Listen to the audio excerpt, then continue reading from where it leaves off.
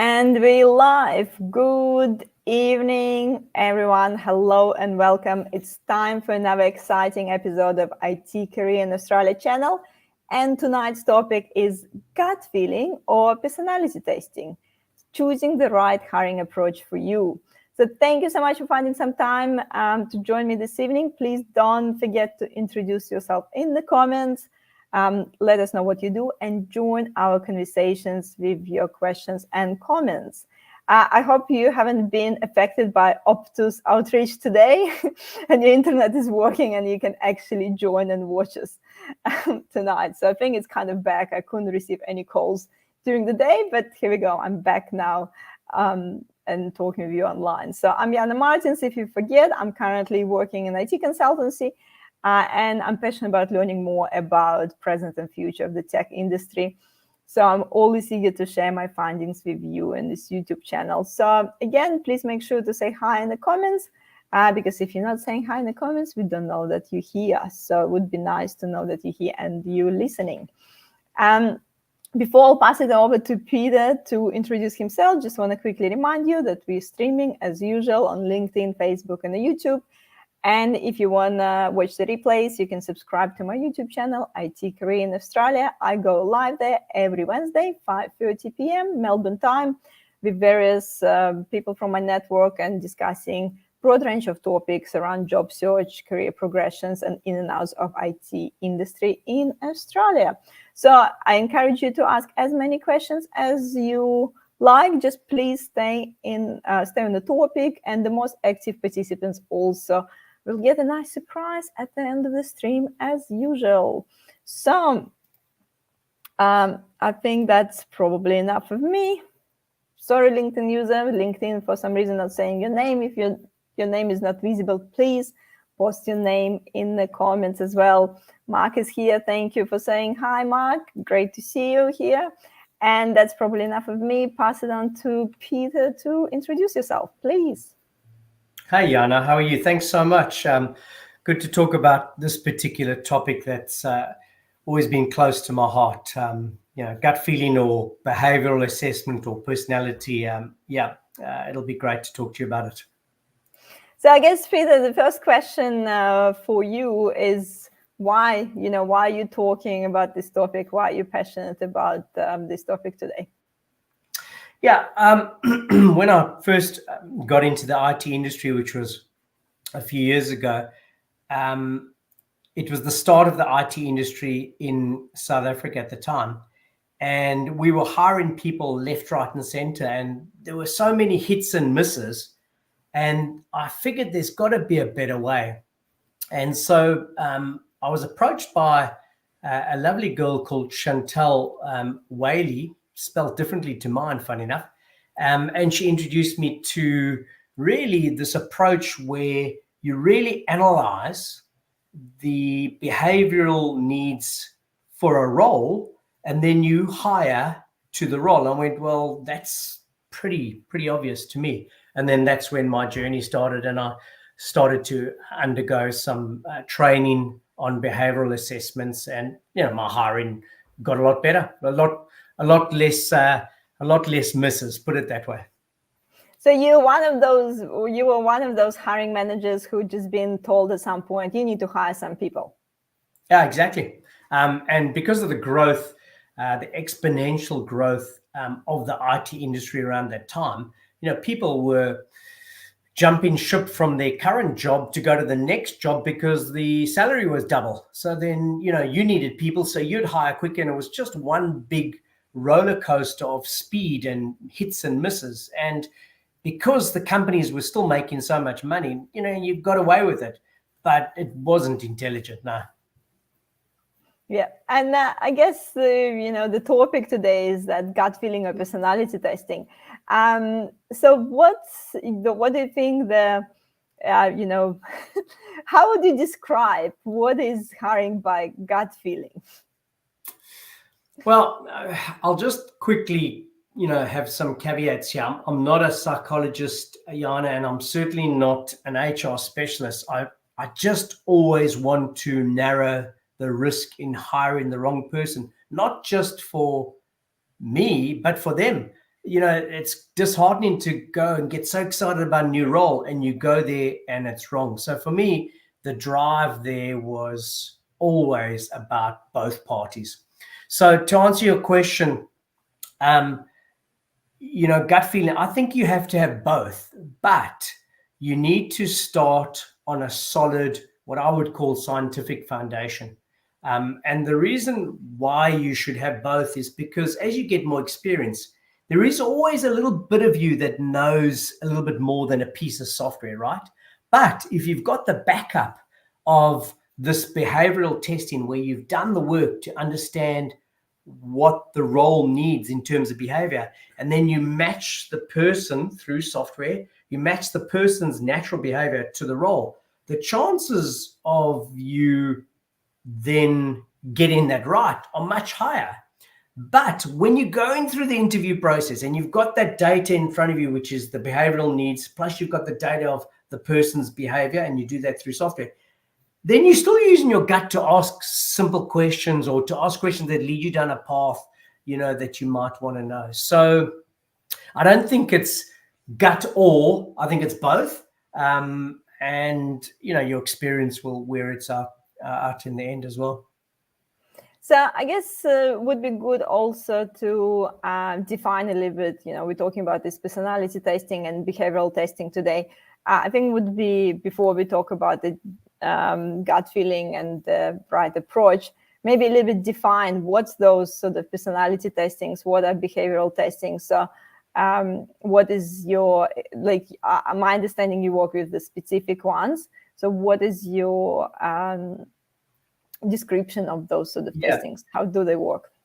Yeah, and again, maybe another caveat, I'm not hired by anybody or affiliated to anybody. Again, I just go about what works for me. And so for me, personality testing is almost like facial recognition in Australia. You say personality testing, people go, what? No. Or facial recognition, people go, don't even talk to me about it. So I try and avoid, specifically talking about personality testing. I always go back to behavioral assessment. And the way I always say that is, if you're the candidate and you're applying for an IT role, if you're the candidate, don't you, Mr. or Mrs. Candidate, don't you want to limit your risk? And every person I speak to says, of course I do. So, well, okay, what if here's the behavioral needs of this role, and I'll give you an example. Let's say it's a software tester, and there's a behavioral need for a software tester. The software testing behavioral need is different to the behavioral need of a developer, for example, right? And you don't really want to get that necessarily wrong, because the person that might be hiring for a developer may actually have the behavioral needs to be rather a tester. That's just, a simple example. The same with a sales administrator. People think that a sales administrator in the IT game, it needs to be bubbly. Well, you might find that when you do the behavioral needs of the sales administrator role, it's the opposite of being a bubbly, energetic person, because that person might need to be more detailed, might have to have certain things following through on critical analysis, might have to perform regular manual tasks, might have to be cautious, and that's different to a salesperson, right? So, you've got to do the work first, Jana, on what that role really needs. And the way we do it is we put down, using again predictive index, we put down the critical 6 to 14 critical success factors needed for that role, right? I think we have some examples, Yeah, you put down the 60. In fact, there's a great screenshot. So you might tick, this person needs to be comfortable communicating through different mediums. They might be willing to take risks. They might, be considerate of other people's times. And so once you've ticked those, it produces, right, this actual pattern. And this pattern will then give you the foundation for that particular role. And then when the person applies, in fact, let's go one step. The beauty on this way of thinking, Jana, is now you can use some of those words, those critical success, in your advertising to make sure you're attracting the right kind of person, right? Comfortable with communicating through a variety of mediums. well, that's going to probably attract the right kind of person. And then when they come into the interview, then when you explain to them that what you're trying to do is you're trying to increase their chances of success. So we need to do a behavioral assessment with you, which is easy. We send you 2 questions. Those questions are filled in 6 odd minutes. And then we have this ability to look at the behavioral needs of the role and the behavioral needs of the person. And we can say that's a relatively good, mix or match. And so our risk in the hiring is less. It's not talent development, Jana. It doesn't mean you don't do the same things as, 30-day reviews, 60-day. It's not all of that. It just is a very good starting point to increase in the chance of that person doing well in their role and increasing the chance of you as the organization doing well in your hiring, right? So that's really, really, in my experience, it's been the most important success factor. In fact, a great example, we hired a software developer recently in one of the businesses, and it was a little strange. The developer was actually energetic and enthusiastic. And I know that's, sounds like I'm putting developers down, that they're not, but I was a bit worried. Yet when they did the behavioral assessment, it fitted the role almost perfectly. Turns out, now I went back to my gut feeling. Turns out when I interviewed them in the second interview, they were just nervous, right? So for them, that was their energy, that was their buzz. And we were able to work that out. We hired that person, absolutely fabulous, one of the best hires we've ever had. But my bias was already going, well, why? Shouldn't you be more conservative as a developer? Shouldn't you be quieter? That wasn't the case. So, yeah, Yes. it was a really, really good, again, reminder of the foundational importance of doing the job well before you start hiring. Yeah, because it's a great example of the sort of situational behavior. Because if the person behaves particular way in the interview, it's not always the case. They're showing us the behavior patterns in general and their personality. So it is, when we're trying to assess these people's personality by half an hour interview, that definitely includes some gut feelings and some bias. Mark has some comments here. Have hired 25 250 plus developers, testers, BAs, and PMs, and for almost all gut feeling work. Some recent experiences have made me consider personality testing as well. Don't want to make personality testing too heavy, but so keen to get some tips. Yeah, 250 developers, Mark, so that's quite a few as well. And if your gut feeling's working, that's great. For me, my own biases were a problem, right? As soon as someone was bubbly and happy, I went, we should hire that person.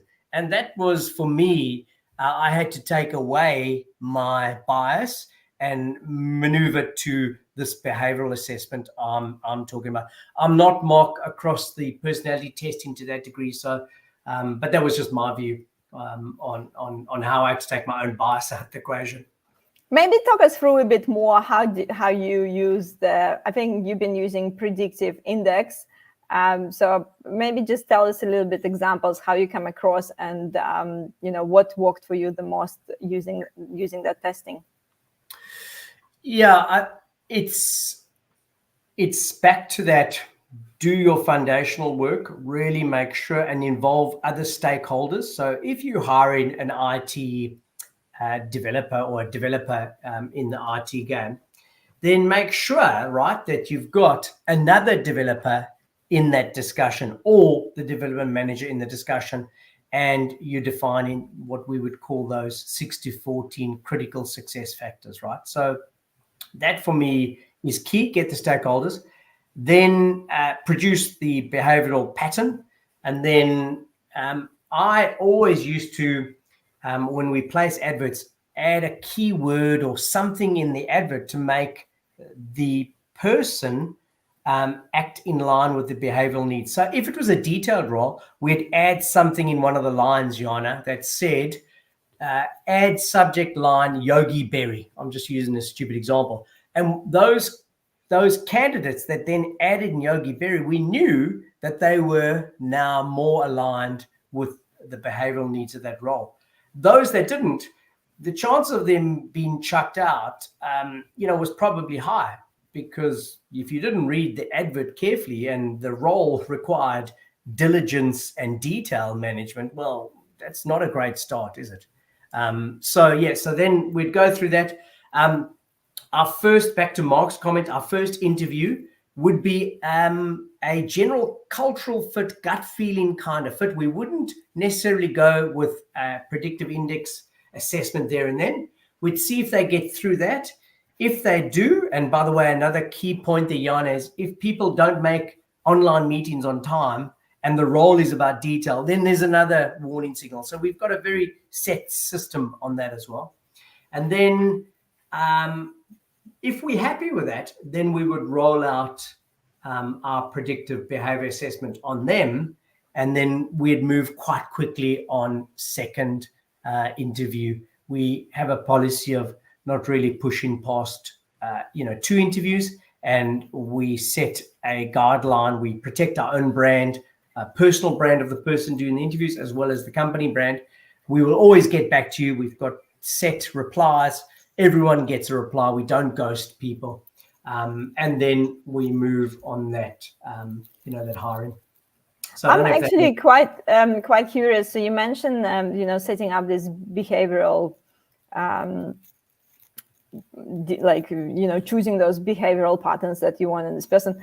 But do you have any tips on that? How do you choose? I think there's a few examples here. How do you choose those critical success factors for this job?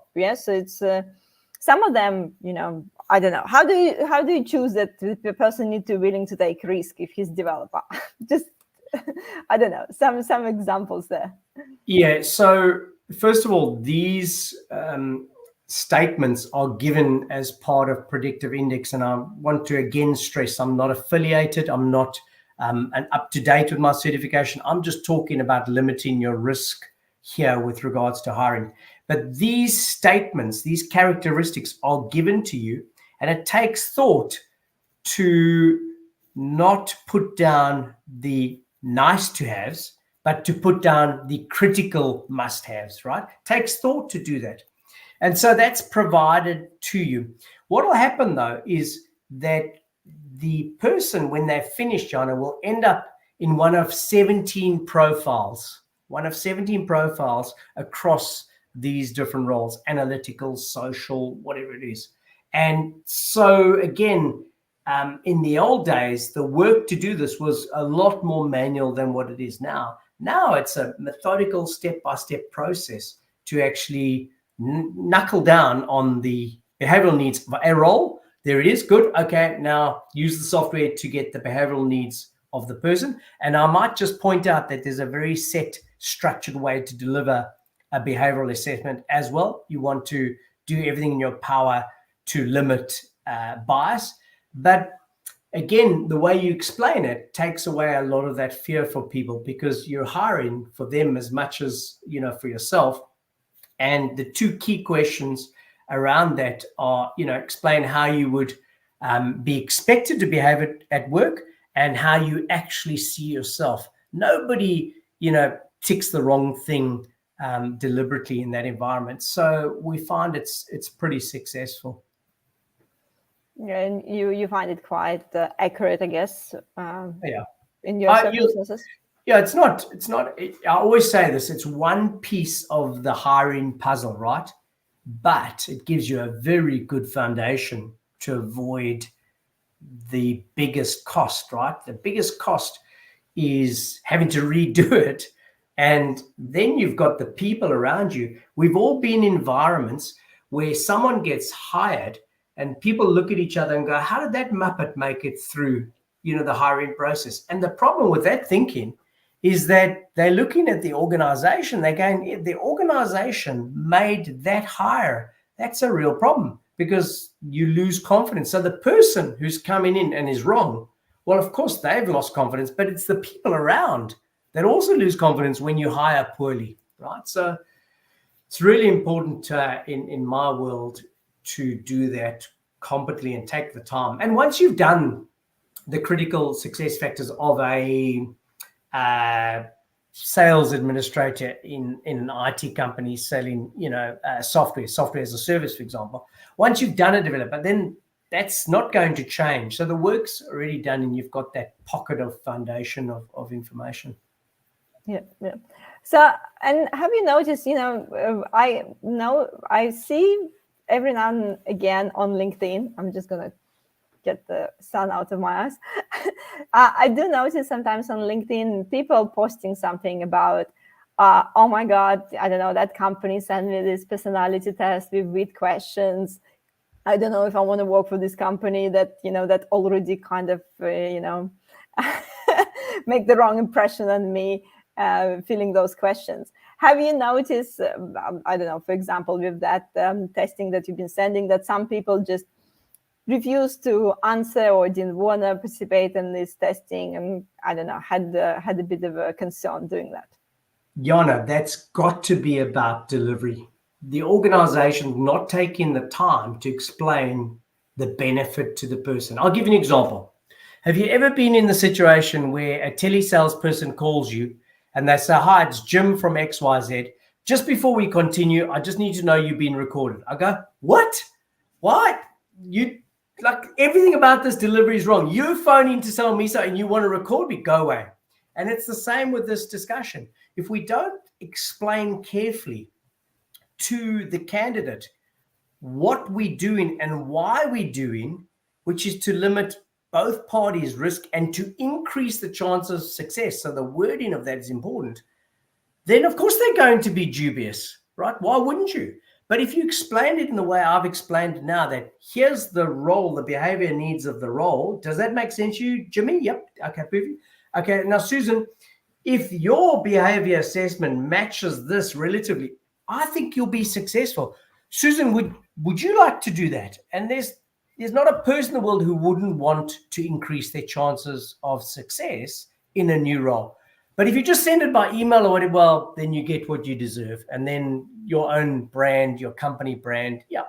So I say every time you are engaging in the outside world as your company brand or your personal brand, well, that's a branding exercise as well. So I would slow the hiring down, prep the work in advance so that you can move quickly through the hiring process, but protect your brand, making sure everyone is looked after, everyone is communicated. Apologies, you're not making the next round. Thanks for coming. That can be established as a signature. These are not hard, but people are so busy in their lives that they don't plan. I get all of that. But do you want to protect your brand or not?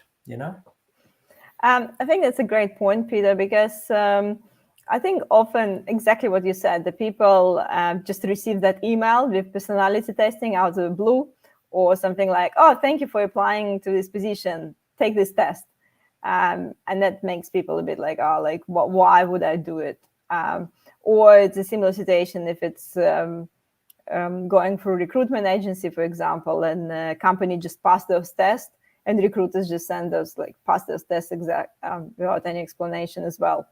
And people think like, why did you send me this test before even talking to me? Yeah, look, every individual can go and do their own research, right? So I guess it starts at the very beginning. If you had a relatively good feeling with the hiring agency, with the employer of choice, then you can still decide to do the behavioral assessment or personality test. And it starts right then and there. If you had a good experience, then you'd probably be open, Jana, to doing the personality test or to completing the behavior. You'd probably be open. But if you didn't have a good experience then you've already lost an advantage, haven't you? I have no problem with personality testing. I've done them all because I study psychology, so so I can do any personality testing that doesn't bother me. Mark actually have more additional questions. When you mention 2 questions to give to candidates, did you mean that send to them before the second interview, or give them time on their own at the interview? Is it before? If it's before, do you see ChatGPT generated responses? So for us, we would have our first interview. It's deliberately short. It's 15 minutes. You've got to have gone through, Mark, the initial selection. If you haven't put in Yogi Berra, it's a silly example, but you know what I mean. In the subject line, now we're coming down to the 15 minutes, right? Obviously, we do check resumes, but I'm not a huge fan of resumes. No one's ever sent me a completely terrible resume, right? They all look amazing, right? So you've got to get through that as well. And if we make it to the second interview, then these questions, Mark, take about 6 minutes.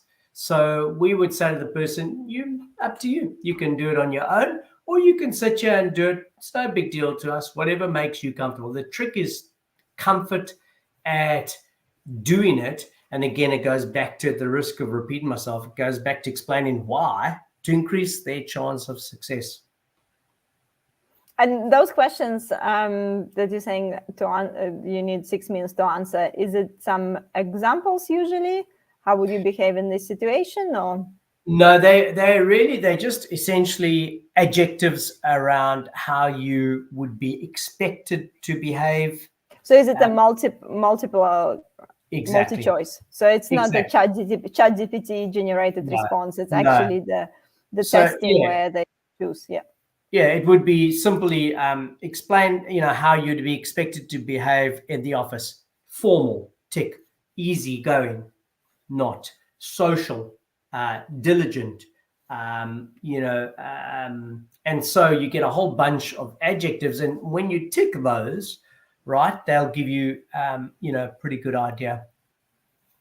And I think usually now, because it's all software, when you're sending any of those testing, software is usually kind of timing it anyway. It gives you the sort of idea, like you have 5 minutes to answer this question. So you have please make sure to be undisrupted for 10 minutes to answer this question. So I think, these days it's a bit easier with the software approach. It is. And in fact, that's a good point. In this delivery of these questions, Jana, they say 6 minutes and they say do it in one sitting. And one of the other directives is if you don't understand a word, just ignore it, right? Move on. And so there's a few key areas around that delivery. Yeah. And I guess, Mark, we were talking about that particular, example of a predictive index today because Peter has the most experience with it. But there is various testing on the market. I guess it takes a bit of a research, to choose one and see which one is the best for your needs. Peter, with you, how did you choose predictive index? It just happened that someone approached you and you start using it?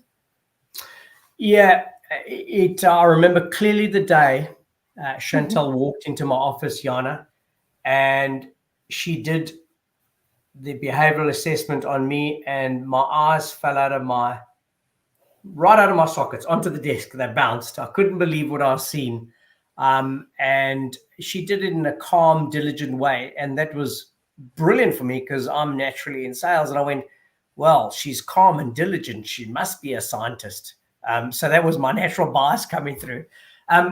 But Mark, it doesn't really matter what you use, in my opinion. What matters is the takeaway, in my view, from this session as someone hiring people is do you know the behavioral needs of that role, and you know it really well, and you've gone through the research, and then you've looked at previous roles, and then you've tweaked it, and then are you hiring to match? That for me is, key, and it doesn't matter as much.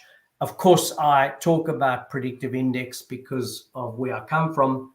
If you go to their website, you'll see there's a great page there, Jana. We were talking about this, where they actually ask the question. They ask, how do we know this works?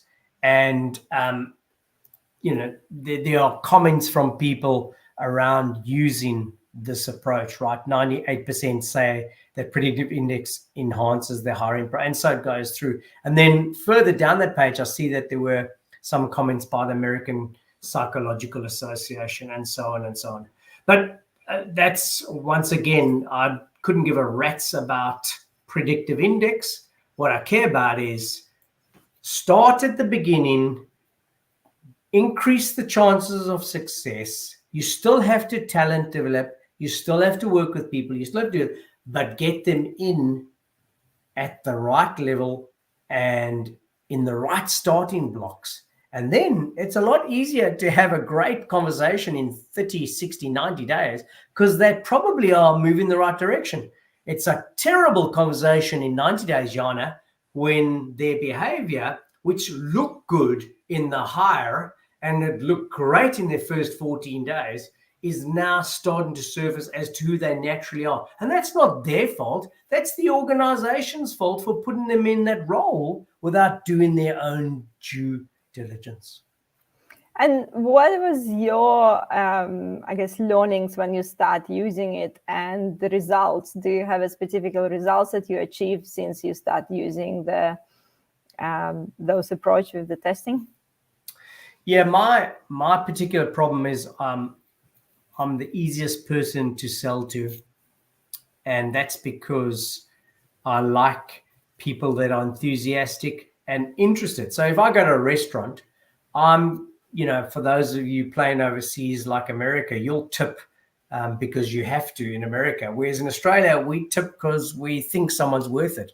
And I'll tip over the odds when someone's interested and polite and really engaged. So for me, engagement is key. But that became a problem for me when I sat in the hiring room, because as the person left and I spoke to the other stakeholders, I'd say, how good was that person? And the other person will say, well, no, not at all. And I go, what? And so that helped me go back to an agreed version of the truth on all the stakeholders. The version of truth was, here are the needs for this role. Does everybody agree? Yep, nod. Okay, cool. Does this person, once they've done their assessment, does this sort of match? Doesn't have to be perfect. Yes. Okay, cool. Now we can go and start, taking it on to the next stage. So for me, it took away, it didn't take away completely, Jana, but it certainly limited my bias. And have you noticed that you have people who stayed longer since you started? Well, it stands to reason, right? If they are generally meeting their own needs and the business is doing well, then you've still got to give them opportunities to grow. And there are times when people leave irrespective of the initial role because you haven't been able to give them a path. Well, that's life. But the people leaving now because they were hired wrong is very exceptional. And so obviously you had a great experience with, that behavioral testing, but it looks like not that many companies actually using it. So why do you think people not using those sort of testing as commonly? Like, do you think it's just time, or do you think maybe people just don't believe in it? So I guess what do you think, or what did you see in the market? I think there's a few reasons. I think number one is people don't approach it from the needs of the role and the needs of the person. So I don't think they approach it there. So they don't know, right? So there's the first thing. You do not know what you do not know. The second thing is it takes time and planning to build this into your hiring process. And so people go, it's too hard. I'll just do gut feeling, right? They're not even saying I'll just do gut feeling. They go, I've done it before and I'm not saying it doesn't work, so I'm just going to continue. Well, that's fine. And the third probably component of that, Jana, is it's not cheap to do, right? And I'm not talking the time. If you do a predictive index test or behavior testament and you've got 1,000 candidates, well, good luck to you. And I say don't do 1,000 tests. Do 10 tests because you've worked through your hiring plan to get through to the right people. 10 tests, that's fine, and 10 tests, if you're building this, depending on whether you're using external recruiters or internal, 10 tests is dirt cheap if you're hiring well. Hire wrong and it's 2.5 times that salary, all the time the branding that I mentioned earlier on in this conversation, that's a problem, and so on and so on. So I think there's a few factors. Knowledge, people do not know. You've got to put effort in to start, but then it's like compounding interest. Once you've got it, it builds. And the third thing is it can be expensive if you approach it the wrong way. I think, yes, it's a great point. People don't even think that it's an option. Yeah. Because, for example, especially if we're talking about IT industry, we're talking about software developers, usually you think about, okay, so I have some technical skills. I need to assess if the person, I don't know, can code in this language and know those sort of tools, and we'll do some cultural fit. We just have a chat and see if it feels right. Yeah. So then I think it just not even comes to the mind, especially if you didn't do hiring before. So, why you start doing some behavioral testing? Yeah, working with people is it's like parenting, isn't it? It's the most rewarding and most frustrating thing, right? When it goes well, it goes well. When it goes wrong, it's hard. And so again, let's narrow that risk. We should ask actually Mark. Mark, if you're still with us, you're still listening, you mentioned that you recently, considering incorporate some personality testing into your hiring process. What motivates you to do it? What sparked your interest to do some, personality behavior testing and put it in your hiring process? So if you're still with us, please send us a comment. Would be curious to know what was your motivation. Coming back, I guess, to the questions. So, Peter, do you think that those sort of behavioral and personality testing works for any roles, or do you think it's more suitable for some roles and less suitable for others? So, I don't know, if we hiring a really technical position, maybe we don't need to do behavioral testing compared to sales role. What's your view on that? I think it's predominantly, and this is my opinion, I think it's predominantly useful for office environments. As you go down the chain, perhaps into blue collar, that's not to say this is not useful, not at all. And there's probably PI people out there that might be watching this that are, will get my home number and give me a railing. But the reality is, I think it's more for office type environments, right? If you are doing manual labor, then you probably don't need as much the behavioral needs, although you still need to get on well with people around you. So that might be a consideration. You need probably strength in some of those roles. So I'm probably not the right person to ask that question. That's just my view. But if you're talking about IT industry, if we're talking about all of it, yeah. IT, I wouldn't be hiring anyone in IT from reception through to the CFO through to developers. I would always be using our foundation of behavioral needs. Yeah. And I guess, I think you already mentioned a few times that it's just only one part of that hiring process, and we need to consider way more than we're talking about hiring process. It's not like you incorporate personality testing and suddenly your hiring process became a magic and you suddenly start getting the best candidates and best matches. So I think you mentioned a few times it's all about also the overall process and your culture, your preparation, and your hiring execution as well. So Great. Let's summarize. Yeah, let's try to. Oh, wait, Mark has replied to us. Mark has a very bad experience post a hire made on the gut feel. Made me start thinking about it. And when I saw this session come up in my feed, and I'm jumping it. Here we go. Next thing, Mark will be researching predictive index. Yeah. Actually, Peter, do you have any other recommendations? Like, obviously, we mentioned Predictive Index, but is any other companies that doing something similar that you come across? There would be, Jana, but my time investment has always been and will always be with what I know, which is PI. But there would undoubtedly be competitors. But for me, I'd be Googling behavioral assessments front and foremost. That would be, Mark, what I would look at. Yeah.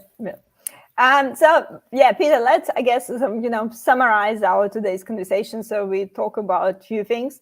If you, I guess, need to give top 3 tips to someone who maybe, like Mark, has a bit of a bad experience when make some hire based on the gut feeling, so they still want to, they still want to rely on the gut feeling partly. But what would be your sort of top 3 tips how to go about improving the hiring process? I bet you I'm going to watch this rerun, Jana, and I'm going to see myself repeat things, and I'm going to say, I don't know why your viewers didn't leave immediately, because all he's doing is repeating. So my number 1 is get an understanding of those behaviors that role really needs, right? And there are ways to do that now that is so easy compared to 20 years ago. So number 1. Number 2 is get a hiring plan clear. Talk about it. Okay, so this is what we're going to do. We get that right on the behavioral needs. We then place this advert. When the comments come in, who's doing what? Are we having 1 interview, 2 interview, 3? What are we doing? How do we close off? What's happening? What's the whole path? Can we write the replies now so we're not drowning in the work? Can we create what's the hiring plan? So for me, that would be number 2. And then number 3 would be, what are you doing when you are successful 30 days on? What are you doing 60 days? And so that you've really cemented and made that person a well-oiled part of your organization. It's not just the start. So those are my 3 areas that I would, if I was meeting you down at the pub tonight, Jana, I'd say the same. Perfect. And I think you did mention, I don't know if we talk it through online, but you did mention that majority of people can do the work really well in the first 60 days because the people are excited. And sometimes that's where the disappointment comes, that after those 60 days, some of these behavioral patterns coming through that maybe wasn't as noticeable in the beginning because everyone is excited in the beginning. So you've noticed that that's something that behavioral testing help you to eliminate it at some. Yeah, everybody can conform to a new role within X amount of days. Whether that's somebody could only do it for 14 days, maybe somebody could do it for 3 months. Don't know.